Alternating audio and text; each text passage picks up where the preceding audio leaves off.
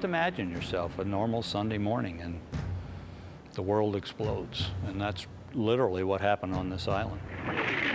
It exploded. Former combat pilot Scotty Scott is the education director of the Pacific Aviation Museum on Ford Island in Pearl Harbor, Hawaii, which was a seaplane base and naval air station in the 1930s. When the Japanese attacked on December 7, 1941, the first bombs fell here on Ford Island. The reason they dropped there, it was they wanted to get rid of the reconnaissance airplanes so they couldn't go out and find the Japanese fleet. Japanese aircraft came from the west side of Ford Island. First started to bomb and torpedo the ships that were anchored to the west. And then they came in and bombed. The first place that they bombed was Hangar 6, which is at the far south end of Ford Island. At the other end of Ford Island, the main museum space houses several aircraft that were crucial to the events of that terrible morning. This airplane is an Aranca. The pilot was a local attorney. His son was sitting in the seat behind him. They were shot at. The pilot realized what was going on, immediately landed the airplane. They got out, ran and jumped in the nearest ditch and got away with it. And they were very lucky indeed to have survived. And this P-40 was the one used by 2 lieutenants. They each had an airplane, and they got the first kills here in Honolulu. They each took off and they shot down 2 Japanese incoming airplanes, refueled, rearmed, and they shot down 1 more airplane apiece. This airplane behind me is a genuine Japanese Zero fighter. It was superior to any other Air Force's airplane. In addition to that, the Japanese pilots were really excellent pilots.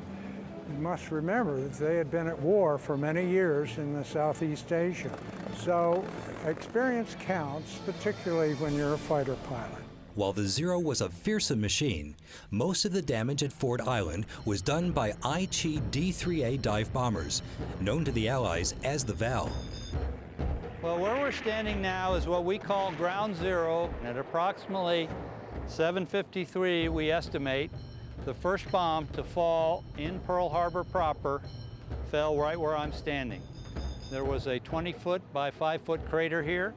You can see the shrapnel that scarred the concrete from it, and we are standing in the basically northeast corner of Hangar 6, which was behind me. And that is the iconic hangar that is in all the actual footage of burning up on December 7th. And it's where the first fatality from a sailor on Ford Island was, and that was Petty Officer First Class Ted Croft, who was an ordnanceman. And he was on duty that day. It was not the actual bomb that killed him. It was bullets. The Vals had a rear tail gunner. With a tail gunner, he's swinging his gun. So you'll see curved marks in the pavement. Now, there were over 1,000 people on Ford Island, and they, while there were a number of them that were injured, Ted was the only one that was killed, which is an amazing fact. The Japanese were fairly disciplined pilots at that time. They had their targets, they had their assignments, and that's what they pretty well stuck to. Destroy the airplane so they didn't get in the air, and then destroy the aircraft carriers. Unfortunately, there was no aircraft carriers in Pearl Harbor, and so they went to work on the battleships, which were on the east side of Ford Island.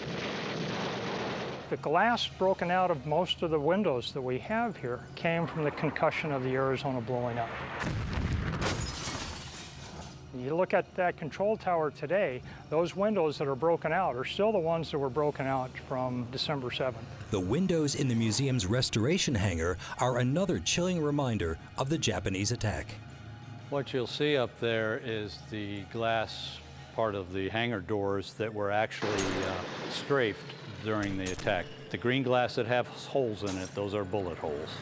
And they were put there on December 7th. The staff at the Pacific Aviation Museum are dedicated to ensuring that the next generation is fully aware of the events of that day.